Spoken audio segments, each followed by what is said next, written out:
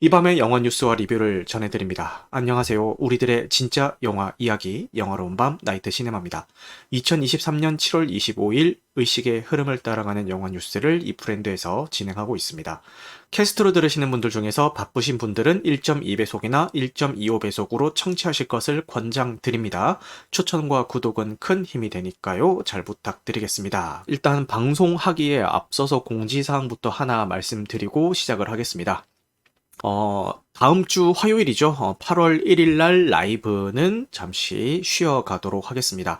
제가 8월 3일 날 지금 준비하고 있는 중요한 시험이 있어가지고요. 제가 웬만하면은 이렇게 하려고 했는데 그 시험 이틀 전까지 이렇게 방송하는 거는 조금 부담이 되더라고요. 그러니까 예를 들어서 뭐 영화 컨텐츠 준비 안 하고 그냥 프리스타일로 썰 풀고 소통하고 이런 거 하라면은 뭐 할 수도 있을 것 같긴 한데, 영화 컨텐츠를 하기 위해서는 그 방송하는 그 1시간에서 1시간 반뿐만 아니라 그 전에 뭐 자료조사하고 뭐 어떤 멘트 할지 하고 뭐 그런 것들도 있고, 그 과정이 그 시험을 이틀 앞두고 있는 상황에서 그렇게 막 즐겁게 할 수 있을 것 같지는 않더라고요.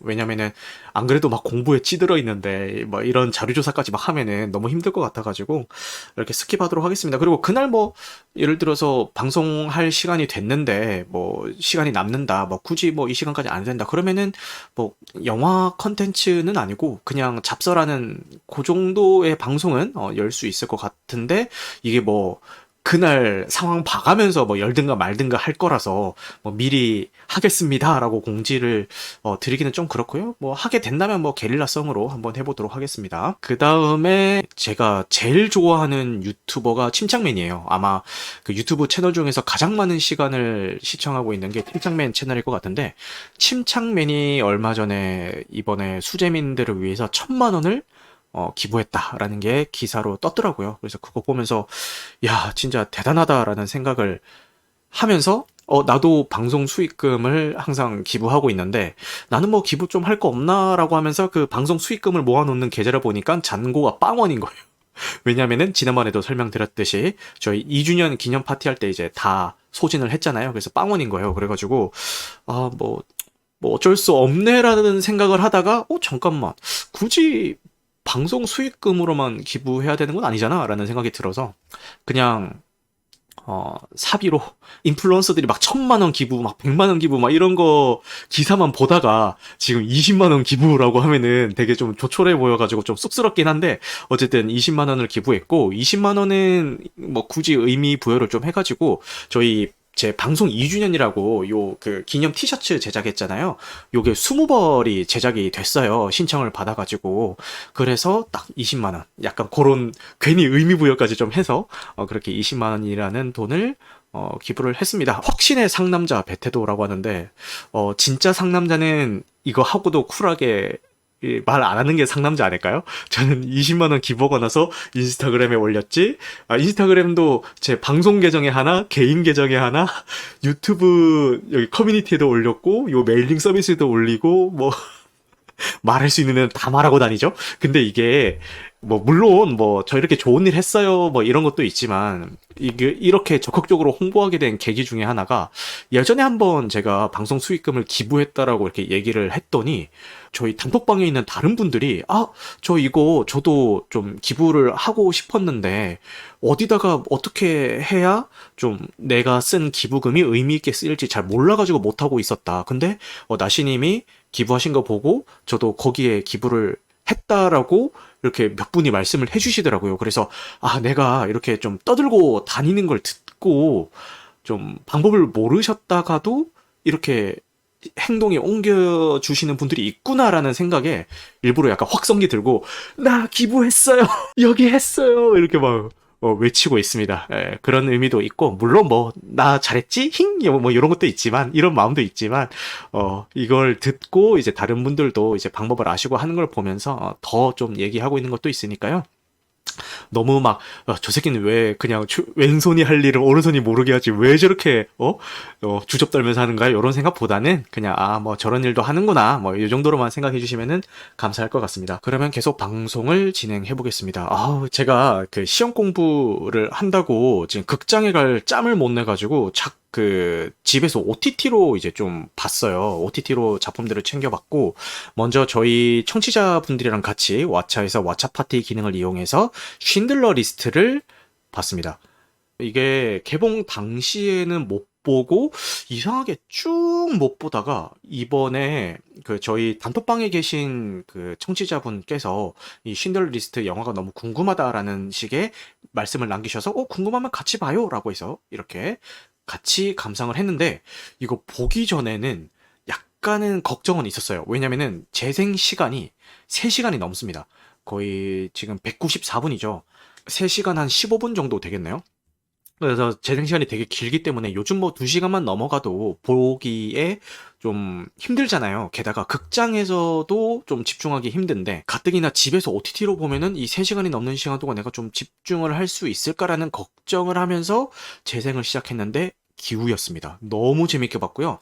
이게 이게 몰입도가 깨지는 구간이 없어요. 3시간 넘는 재생 시간 동안. 그래서, 야, 진짜 명장은 명장이다라는 생각이 들었고, 스티븐 스필버그 감독 자신도 유대인이잖아요. 그래서 이 유대인이 핍박받고 되게 서러웠던 시절의 이야기, 그리고 그런 유대인들을 지켜줬던 쉰들러라는 독일인의 이야기를 그린 작품입니다. 근데 이 작품이 되게 좋았던 게, 이런 보통 영웅서사를 그리는 작품에서는 막 좀 본투비 영웅이라고 해야 될까요?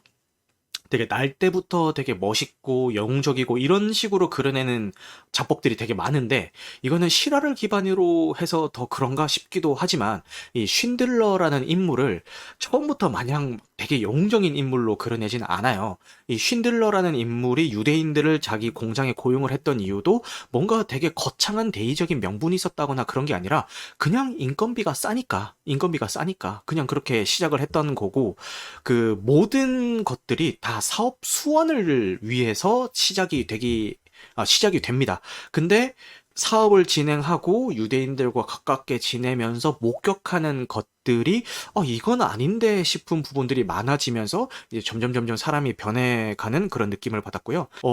영화를 보다 보면은 그런 느낌이 들어요. 이 쉰들러라는 인물이 유대인들을 감싸고 보호해줬던 이유가 이 유대인들에 대한 측은지심, 좀 불쌍하다, 좀 이런 느낌보다는 그러니까 유대인을 향한 그런 감정이라기보다는 독일인들이 하는 행동을 보면서 이건 아닌데 이게 좀 더 큰 것 같아요.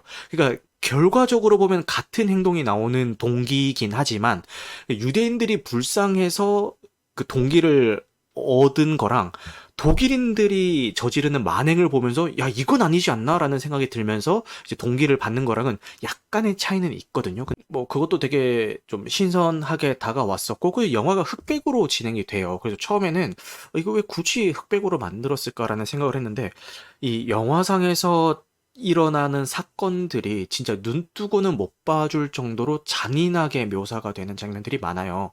그러니까 정말 아무 이유도 없이 독일인들이 유대인을 그냥 뭐 무슨 지나가는 날벌레 잡듯이 이렇게 잡는 장면이라든가 이런 살해 장면들이 극적으로 연출된 게 아니라 되게 덤덤하게 그냥 연출이 되거든요.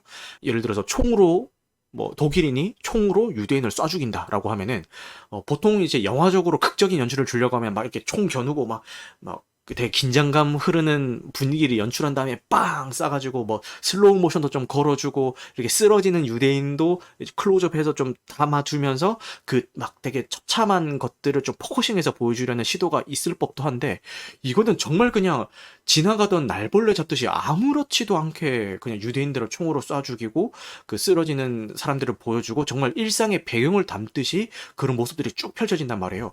그래서 야 이거를 컬러로 봤으면 훨씬 더 보기 불편했겠다라는 생각도 들고 한편으로는 이렇게 연출을 한 이유가 그 당시에 독일인들이 유대인들을 이런 식으로 좀 학대하고 살해했던 것들은 이렇게까지 일상적으로 아무렇지도 않게 일어났어요를 보여주기 위해서 이렇게 연출했나 싶은 생각도 들었습니다.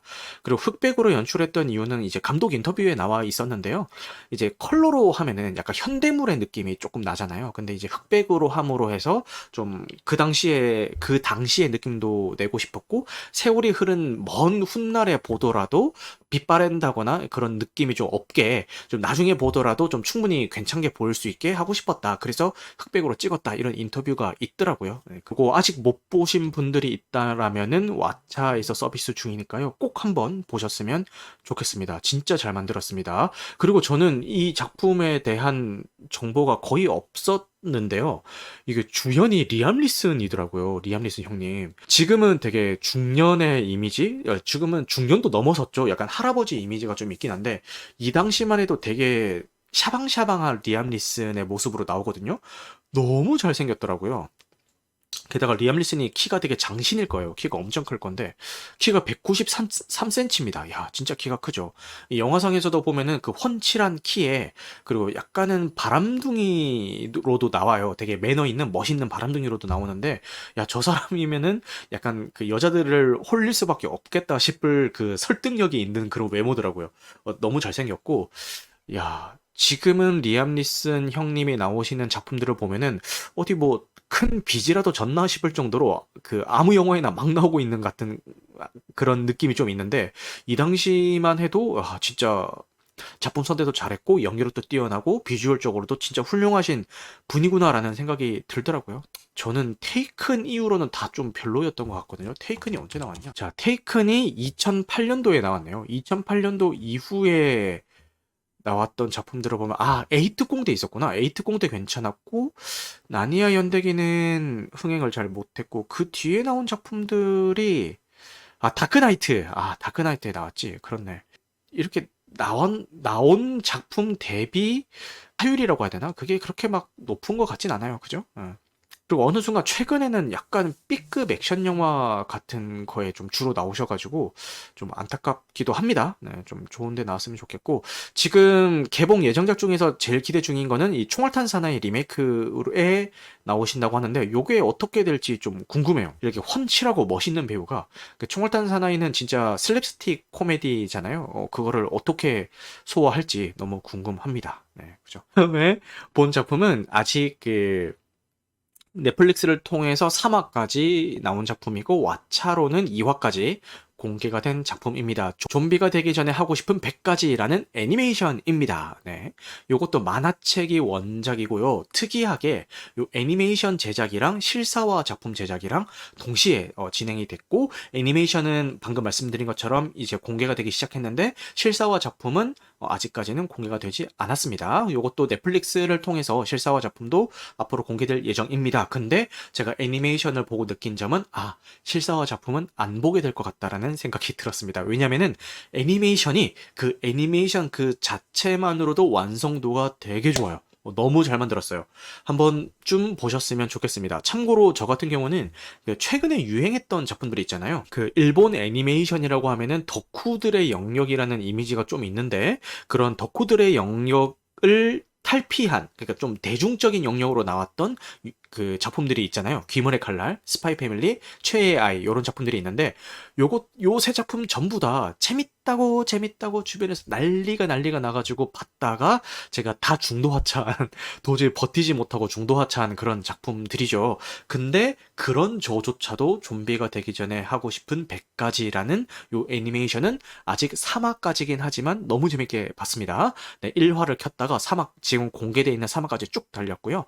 대충 내용은 그냥 악덕 기업에 다니던 주인공이 좀비 사태로 인해서 세상이 망하니까 야, 더 이상 출근 안 해도 된다라고 하면서 엄청 좋아하다가 근데 좀비가 이렇게 세상을 지배하게 되었으면은 나도 그냥 좀비가 되는 게 오히려 더 편하지 않을까라는 생각을 하게 되고 그러면 기왕 좀비가 되기로 결심한 거 좀비가 되기 전에 내가 그동안 악덕 기업에 다닌다고 못했었던 그런 버킷리스트들을 좀 채우고 난 다음에 좀비가 되어보자라고 결심한 후에 이제 진행되는 그런 블랙 코미디물이에요. 그래서 한 번쯤 보셨으면 좋겠습니다. 작화도 좋고 연출도 좋고 이야기도 되게 재밌게 잘 풀어낸 작품이니까요. 한 번쯤 꼭 보셨으면 좋겠습니다. 그리고 이거 얘기하겠다. 이게 왓챠랑 넷플릭스에서 서비스가 되고 있는데 왓챠에 올라와 있는 영상 소스랑 넷플릭스에 올라와 있는 영상 소스가 버전이 달라요. 그러니까 넷플릭스에 올라와 있는 거는 정말 일본에서 제작된 그 원본 그대로에다가 그냥 자막만 입힌 그런 버전이고요. 왓챠에서 서비스되고 있는 영상은 그 원본에다가 자막 입힌 거는 당연히 기본이고, 화면상에 나오는 오브젝트들 있잖아요. 사원증에 있는 뭐 이름 같은 거, 아니면 문자 메시지 온 거라든가, 아니면 화면상에 나오는 그 뉴스 자막 같은 거, 그런 것들을 왓챠는 이렇게 옆에 그 한글로 번역해가지고 이렇게 다 띄워줘요. 근데 넷플릭스는 그런 게 없습니다. 근데 그게 뭐 크게 뭐 중요하진 않아요. 작품을 보는 데 있어서 그 자막 못 봤다고 해서 뭐 막 되게 감상에 지장을 주고 그런 정도는 아니지만, 왓챠는 그렇게 번역에 좀 더 디테일하게 번역이 돼서 서비스가 되고 있다. 영상 소스를 막 분석해가지고 해상도 비교하고 뭐 사운드 측정해가지고 막 그런 건 아닌데, 그냥 눈대중 귀대중으로 대충 봤을 때는 왠지 그냥 넷플릭스가 음질이나 화질은 좀 더 뛰어난 소스인 것 같다라는 그런 느낌이 듭니다. 요거는 그냥 제 느낌이에요. 뭔가 비교해본 건 아닙니다. 네. 그래서 그거 참고하셔가지고 그냥 본인 기호에 따라서 선택을 하시면 될 것 같고, 저 같은 경우는 그냥 뭐 이 정도 차이 가지고 뭐 크게 뭐 그런 게 있나 싶어가지고 그냥 좀 더 디테일한 번역이 있는 왓챠로 보긴 했습니다. 네, 어쨌든 요거는 본인이 선택해서 고르시면 될 것 같습니다. 그 다음에 이번 주 개봉 영화 소개를 드리겠습니다. 올 여름 극장과 텐트폴 작품 중에서 제가 가장 기대하고 있는 작품인 밀수입니다. 제가 가장 기대하고 있는 이유는 제가 국내 영화 감독 중에서 가장 좋아하는 류승환 감독의 작품이기 때문입니다. 류승환 감독 제가 가장 좋아하는 분이고, 국내 영화 중에서 인생 영화로 꼽고 있는 주먹이 운다를 감독한 분이시기도 하죠. 요 작품들은 거의 다 봤어요. 지금 죽거나 혹은 나쁘거나도 봤고요. 피도 눈물도 없이 이걸 못 봤네. 이걸 못 봤고, 아란 장품 대작전 봤고, 주먹이 운다 봤고, 이제 짝패, 다찌마와리, 부당거래, 베를린, 베테랑, 구남도, 모가디슈 다 봤습니다. 그리고 밀수가 이번에 개봉하고 지금 베테랑 속편을 제작 중에 있죠. 당연히 다 볼 겁니다. 류승환 감독의 작품이고 배우진도 짱짱합니다. 김혜수, 염정화, 조인성, 박정민, 김종수, 고민시. 요 중에서 제가 가장 기대하고 있는 배우는 고민시 배우입니다. 고민시 배우가 이 작품에서 어떤 활약을 해줄지 제일 기대가 됩니다. 어떤 작품에 나오든 너무너무 좋은 모습들을 보여주고 있습니다. 특히 제가 여러 번 얘기했죠. 마녀 1편, 박훈정 감독의 마녀 1편에서 김다미 배우의 친구 역할로 나오면서 눈도장을 확 찍었고, 제가 그 당시에 마녀 1편 볼 때도 계속 주변에 이야기를 했습니다. 저 고민시라는 배우 분명히 크게 된다라고 쭉 이야기를 계속 해왔는데, 이번 밀수 시사회에 다녀온 사람들의 이야기를 들어보니까 특히 고민 씨의 연기가 놀랍다라는 이야기가 있고, 물론 이거는 뭐 이 배우의 연기가 마음에 들고 안 들고 이거는 개인의 시각의 차이라 가지고 그 사람의 시각에는 그렇게 보였을 수가 있고, 뭐 여기 제 방송을 들으시는 다른 분들이나 뭐 제가 봤을 때는 뭐 다르게 느껴질 수도 있지만, 그런 이야기가 나왔다는 것만으로도 충분히 본인 역할은 잘 해준 게 아닌가라는 생각이 듭니다. 저 역시도 이 짱짱한 배우진들 중에서 고민씨 배우의 연기를 가장 기대하고 있고요. 소재는 어떤 거냐면은 바다에 던져진 밀수품을 건지며 생계를 이어가던 사람들 앞에 일생일대의 큰 판이 벌어지면서 휘말리는 해양 범죄 활극이라고 합니다. 참고로 지난번에 제 방송에서도 한번 언급드렸었는데, 요 밀수의 음악 감독이 장기하예요. 장기하. 가수 장기하 맞습니다. 장기하가 음악 감독을 했습니다. 그래서 그 침착맨 방송에 이 장기하가 게스트로 나와서 이제 밀수 이야기 하는 거 들어보니까, 처음에 류승환 감독이 그 음악 감독 섭외를 제안을 했을 때 너무 어리둥절했고, 그리고 자기는 이제 처음 음악 감독을 맡는 거다 보니까 좀 되게 열심히 하고 싶은 생각에 되게 그 류승환 감독이랑 커뮤니케이션을 많이 했대요. 뭐 이거는 이렇게 해보면 어떨까요? 요거는 저렇게 해보면 어떨까요? 뭐 요런 노래는 어때요? 저런 노래는 어때요? 되게 많이 이야기를 했는데, 류승환 감독이 장기하 음악 감독이 어떤 이야기를 하든 간에 전부 다 막 너무 좋아하면서, 야, 막 진짜 최고라고, 와, 당신 안목 있다, 최고다, 너무 좋다, 막 이렇게 막 칭찬을 엄청 해줬다고 하더라고요. 이 영화에 깔리는 삽입곡들이 다 옛날 그 향수를 자극하는 그런 곡들이에요. 그러다 보니까 장기하라는 이 가수의 음색이나 음악 스타일도 약간 고전 스타일이 좀 있잖아요. 그죠? 그래서 조금, 그게 분위기랑 맞는 게 아닌가라는 생각도 들고, 되게 궁금합니다. 그리고 장르 중에서 범죄 오케이, 액션 알겠어, 코미디 알겠어, 느와르 알겠어, 시대극 알겠어. 근데 피카레스크가 뭐지? 이거 저도 몰랐거든요. 그 제가 근데 이 피카레스크라는 장르를 처음 알게 된 게 늑대 사냥이라는 작품을 통해서 이제 알게 됐어요. 주요 등장 인물들이 모두 도덕적인 결함을 가지고 있는 작품을 이 피카레스크 장르라고 하더라고요. 참고하시면 좋을 것 같습니다. 그래서 요 작품 올여름 텐트폴 영화 중에서 가장 기대하고 있는 작품이니까요. 한번 기대해 보시면 좋을 것 같습니다. 손익분기점이 334만 명이라고 하네요. 근데 제 생각에는 넘기지 않을까요? 손익분기는 넘기지 않을까라는 생각이 듭니다. 이거는 뭐 그냥 근거 없는 제 내피셜. 그래요. 그 다음에 요거 약간 기대작인데요. 비닐하우스라는 작품이 개봉을 합니다. 요게 뭐 이렇게 대규모 자본이 들어간 상업 영화는 아닌 것 같아서 아마 요것도 상영관은 많이 확보를 못했을 거예요. 그래서 아마 저를 포함한 대부분의 사람들이 좀 OTT를 기다려야 되는 작품이 아닌가 싶은데, 뭐 이렇게 극장에서 볼 기회가 있으신 분들은 극장 나들이를 좀 해보셔도 좋을 것 같고요. 일단 영화제에서 먼저 공개가 됐던 작품이에요. 부산국제영화제에서 공개가 됐는데 공개 당시에 많은 호평을 받은 작품입니다. 일단 그 15세 관람가고 러닝타임은 100분, 1시간 반 정도 되죠. 이제 시놉시스를 설명을 해드리자면은 김서영 배우가 극 중에서 어떤 인물이냐면 아들은 소년원에 가 있는데 이 아들을 좀 끔찍하게 생각하는 그런 엄마입니다. 그래서 그 살림이 많이 넉넉한 편은 아닌 것 같아요. 그래서 어렵게 생계를 유지해 나가고 있는데 지금 하는 일 중에 하나가 치매가 걸린 할머니를 이렇게 좀 씻겨주고 옆에서 좀 보호해주는, 좀 돌봐주는 그런 일을 하고 있나 봐요. 근데 할머니가 치매인데 이렇게 한 번씩 그 치매 증상이 심해지면은 간병인을 막 폭행을 한다든가 막 갑자기 그런 돌발 행동들을 하나 봐요. 그 할머니가. 근데 이건 예고편에도 나오는 이야기라 가지고 그냥 말씀을 드리겠습니다. 저도 예고편을 보고 안 거예요. 근데 그날도 어느 날 이렇게 할머니를 씻기고 있었는데 할머니가 갑자기 치매 증상이 이렇게 좀 심해지면서 이렇게 씻겨주던 김서영 배우를 막 엄청 때리기 시작하고, 이 김서영 배우가 이렇게 막 이렇게 몸싸움을 하는 와중에 이렇게 좀 밀치거나 이렇게 해서 할머니가 돌아가시게 됩니다. 그 자리에서 어쩌다가 이제 살인을 하게 된 거죠. 근데 이 할머니의 배우자인 할아버지는 또 시각장애인이에요. 그래서 이 김성 배우가 놀래가지고 119에 신고를 하려고 하는데 소년원에 갔던 아들이 이제 곧 나온다라는 전화를 한 통 받게 되고, 내가 지금 범죄자로 이렇게 가게 되면은 우리 아들은 누가 챙겨주지? 라는 생각에 멈칫하게 되면서 요양병원에 있던 본인의 어머니를 데리고 와서 죽은 할머니인 척 이렇게 그 집에 모시게 된다는 내용입니다. 어차피 그 할아버지는 시각장애라서 이렇게 뭐 잘 모르잖아요. 그래서 거기에서 생기는 이제 서스펜스들 뭐 그런 것들을 다루고 있는 것 같고, 지금 이거는 이 영화에 나오는 그 가장 큰 줄기 그리고 예고편에 공개된 이야기만 요 정도인 거고, 그 기사 같은 걸 찾아보면은 이거 외에도 크고 작은 사건 사고들이 많이 생기면서 거기서 막 얽히고 설키는 그런 일들을 다룬 작품이라고 해요. 그래서 피해자였다가 가해자가 되기도 하고 가해자였다가 갑자기 피해자가 되기도 하면서 인물들의 어떤 그 상황들이 많이 꼬이는 그런 작품인 것 같습니다. 그래서 영화제에서 공개가 돼서 좋은 반응을 불러일으켰고, 이거를 영화제에서 미리 보고 온 지인이 있어가지고 얘기를 들어보니까 배우들 연기도 전부 훌륭하고 진짜 괜찮은 작품이다라고 호평을 하시더라고요.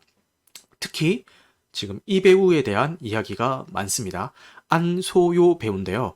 이 배우가 지금 장래가 촉망받고 있는 배우입니다. 제가 아까 그 고민시 배우를 보면서 진짜 한눈에 알아봤다라고 했잖아요. 저 배우는 언젠가 뜬다라는 이야기를 했다고 했잖아요. 이 비닐하우스를 본 사람들이 모두 다 이 안소요 배우를 그렇게 이야기하고 있다고 합니다. 저 안소요 배우 조만간 크게 뭔가 큰 작품 한번 할 것 같다. 길게 봤을 때 좋은 작품 할 것 같다라는 이야기를 많이들 하고 있다고 합니다. 이 안소요 배우 좀 어디서 봤지? 좀 익숙한데 이런 느낌이 좀 들지 않나요? 어디서 나왔냐 하면은 그 넷플릭스 오리지널 드라마 시리즈 더 글로리에서 그 주인공의 다음 왕따 대상으로 지목되는 그런 인물을 연기를 하죠. 예, 더 글로리의 김경란이라는 캐릭터. 요렇게 하면 딱 얼굴 바로 아시겠죠? 요 김경란, 요 분입니다, 요 분. 그래서 이 비닐하우스를 본 분들이 모두 다 입을 모아서 이 안소요 배우에 대한 극찬을 하더라고요. 근데 김서영 배우는 워낙에 연기 스펙트럼도 넓고 워낙에 잘 하시는 분이라 가지고 그냥 잘 하셔도 그냥 뭐 김서영답게 잘했다 이런 느낌인데, 요 안소요 배우 같은 경우는 뭐 상대적으로는 좀 많이 알려져 있지 않은 배우인데 여기서 좋은 모습을 확 보여주니까 이제 많은 사람들이 좀 이렇게 좋게 이야기를 하시는 게 아닌가라는 생각이 듭니다. 그래요. 이렇게 이번 주 개봉작 소개는 여기까지 하고요. 이번 주 OTT 공개 예정작은 한 번씩 제 방송에서 다 언급을 했던 작품들이라 가지고 언급만 하고 넘어가도록 하겠습니다.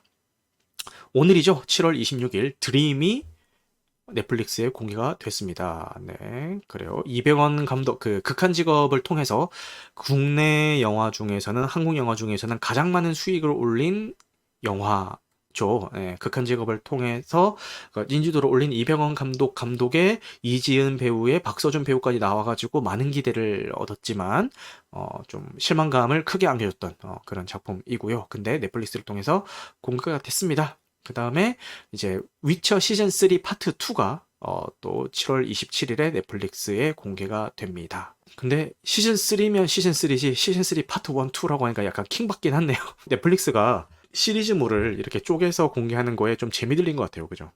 그래요. 그 다음에 DP2가 7월 28일 날 넷플릭스를 통해서 공개가 됩니다. 아마 가장 기대를 많이 받고 있는 시리즈물이 아닐까 싶은데요. 시즌 1도 너무 재밌게 봤는데 시즌 2는 어떻게 그려질지 기대를 한번 해보겠습니다. 그 다음에 경이로운 소문도 2편이 공개가 됩니다. TVN과 넷플릭스를 통해서 공개가 되고요. 시즌 1 같은 경우는 전형적인 용두삼이었죠. 뒤에 뭐 이슈들이 좀 많았다고 하더라고요. 작가가 바뀌면서, 근데 작가가 바뀐 탓인지 모르겠는데 진짜 용두삼이었어요, 시즌 1이. 근데 시즌 2는 어떻게 될지 한번 지켜보도록 하겠습니다. 여기 주연 배우로 나왔던 배우가 그 학폭 이슈에 휘말리면서 장기간 활동을 쉬고 있었는데 이번 작품을 통해서 다시 돌아오는 것 같습니다. 그래서 한번 궁금하신 분들은 기대하시면 좋을 것 같고, 요게 다음 웹툰이 원작이죠. 다음 웹툰은 진짜 재밌거든요. 명작입니다. 아직 못 보신 분들은 꼭 한번 보셨으면 좋겠습니다. 경이로운 소문. 그리고 오토라는 남자가 또 7월 29일 날 넷플릭스를 통해서 공개가 됩니다. 오베라는 남자가 이제 원작이죠. 그 책을 원작으로 오베라는 남자라는 영화가 나왔고, 그걸 또 원작으로 해서 오토라는 남자라고 헐리우드에서 리메이크를 한 작품입니다. 요거 의외로 괜찮게 봤다는 분 많으시거든요. 톰 행크스가 연기하는 인간적인 캐릭터를 오랜만에 봐서 너무 좋았고, 작품 전체도 뭔가 따뜻한 느낌이 있어서 되게 좋았다라는 분도 많이 계시니까요. 궁금하신 분들은 보시면 좋을 것 같습니다. 그 다음에 영화 뉴스는 두 가지만 소개해드리고요. 오늘 방송 마치도록 하겠습니다. 먼저 엘리멘탈이 500만 관객을 돌파하면서 국내에서 개봉한 픽사 작품 중에서는 최고 흥행작에 등극을 했고요. 2023년에 개봉한 작품 중에서도 탑3에 진입을 했습니다. 더 퍼스트 슬램덩크를 제치고 탑3에 진입을 했다라고 하네요. 이게 글로벌로 따지면은 흥행이 잘 못 되고 있는 편이긴 한데 유독 한국에서는 이렇게까지 흥행 돌풍을 일으키고 있다고 합니다. 이 감독님도 그 한국계시죠. 그래서 좀 더 이런 정서가 맞지 않나라는 생각도 좀 들고요. 주변에서 괜찮게 보신 분들 많고 뭐 남녀노소 가리지 않고 다들 재밌게 볼 수 있는 그런 작품이니까요. 아직까지 못 보신 분들은 극장 나들이 한번 해보시면 좋지 않을까 싶습니다. 이 CG가 너무 훌륭해가지고 CG로 구현해놓은 이런 가상세계들이 너무 훌륭해가지고 이런 거 극장에서 보면은 충분히 눈뽕 맞을 수 있죠. 그죠? 보셨으면 좋겠습니다. 그 다음 뉴스는 영화관 민폐 관람객에 대한 뉴스인데요. 인터넷 용어로는 관크라고 하죠. 관객 크리티컬이라고 해서 관크라고 하는데 어떤 뉴스냐? 내 뒷자리 사람이 발을 올렸대요. 발을 올렸는데 치워달라고 했더니 죄송합니다 뭐 이런 게 아니라 오히려 적반하장으로 막 낄낄거리면서 이렇게 지금 보이시죠? 요 맨발을 이렇게 머리 위에 이렇게 올리면서 막 낄낄거리면서 막 되게 조롱하듯이 이렇게 행동을 했다라고 합니다. 그래서 이걸 당한 피해자가 요거를 촬영을 해가지고 이제 보배드림 인스타그램에 제보를 했고, 그거를 이제 기점으로 해서 일파만파 뉴스가 커진 것 같습니다. 그 제 방송 초창기 때 그 광크 월드컵도 하고 막 그랬었거든요. 광크 월드컵을 하면서 느꼈던 게 사람들이 쌓인 게 많구나. 진짜 막 열내면서 막 다들 열심히 참여를 해주시더라고요. 그래서 그걸 보면서 야 진짜 좀 너무하다 싶었습니다. 근데 코로나 때 되게 좋았던 게, 물론 뭐 그 극장 입장에서는 힘든 시기였겠지만 관객 입장에선 좋았던 게 뭐냐면은, 코로나 때는 좌석 뛰어 앉기가 있었잖아요. 그래서 내 양옆에 아무도 없고, 그리고 일단 극장에 사람 자체가 별로 없었어요. 그렇다 보니까 좀 이런 관크를 만날 확률이 되게 많이 줄어들어서 좀 좋았는데, 지금 다시 얼마 전에 CGV가 이제 오랜만에 흑자를 냈다라고 하죠. 그만큼 다시 극장가가 활기를 띠려는 요 신호탄을 이제 쏠까 말까 이러고 있는 상황에서 이제 다시 관크에 대한 이야기들이 나오고 있는 것 같습니다. 어쨌든 이런 그 관크들은 좀 많이 없어졌으면 좋겠습니다. 이거는 어떤 기본 매너잖아요. 그 남의 좌석 위에 발을 올리면 안 됩니다라고 법으로 막 정해져 있어가지고 이거 어기면 막 체포당하고 이건 아니지만, 이거는 같이 살아가는 사회에서 매너고 에티켓이고 예의잖아요, 예의. 이거는 진짜 가정교육을 어떻게 받았는지 모르겠네요. 어쨌든 이런 거는 좀 많이 사라졌으면 좋겠습니다. 그리고 제 방송을 들으시는 분들 많이더라도 이런 식의 관크는 하지 않으시기를, 뭐 제가 이런 얘기 안 해도 뭐 제 방송을 들으시고 영화를 사랑하시는 분들은 이런 짓을 안 하겠지만, 어쨌든 그래 주셨으면 좋겠습니다. 나시님의 신작 팝콘 섭취 후기도 콘으로 만들어주세요라고 하는데, 후추 팝콘 뭐 이런 거 막 나오더라고요. 근데 저는 먹는 팝콘이 정해져 있어요. 저는 반반 팝콘을 선호하고요. 메가박스에 가면은 갈릭 팝콘 반, 일반 팝콘 반 해서 반반으로 해서, 그 반반 하면은 가운데에 종이 칸막이 이렇게 탁 해가지고 양쪽에 팝콘 이렇게 나눠주잖아요. 그 가운데 종이 칸막이를 살살살살 뺍니다. 빼면은 이제 그 갈릭이랑 일반 팝콘에 섞이겠죠. 그거 이렇게 섞어서 같이 먹으면은 그 너무 짜지도 않고 약간 딱 적당하게 중화가 되는 그런 느낌? 예, 그 메가박스에서는 그렇게 먹고, CGV는 버질 언니언 반, 일반 팝콘 반 이렇게 그 항상 그렇게 먹어요. 그렇게 주문한 다음에 그것도 마찬가지로 가운데 그 종이 칸막이 살살살살 빼가지고, 예, 그렇게 먹는 것 같아요. 먹는 팝콘이 정해져 있긴 한데, 뭐 여러분들이 원하신다면은 한번 뭐 도전은 해보겠습니다. 아, 그리고 저희 와이프가 좋아하는 것도 그거예요. 제가 뭐 심야 영화 이제 보러 간다고 하면은, 아, 나 올 때 그 극장 팝콘 좀 사줘라고 얘기를 하거든요. 근데 극장 팝콘의 그 맛이 또 있어요. 근데 편의점이나 이런 데서 사는 팝콘은 절대 그 맛이 안 나. 극장에서 파는 그 팝콘의 맛은 그 극장 팝콘에서만 먹을 수 있는 그 맛이거든요. 그래서 와이프가 항상 포장해달라고 하면은, 요즘은 극장에서 팝콘 포장해 간다고 하면은 이렇게 플라스틱 뚜껑 같은 것도 씌워주거든요. 그렇게 해서 하나 더 사가지고 챙겨와서 이제 집에 와이프 주면은 너무 맛있게 잘 먹더라고요.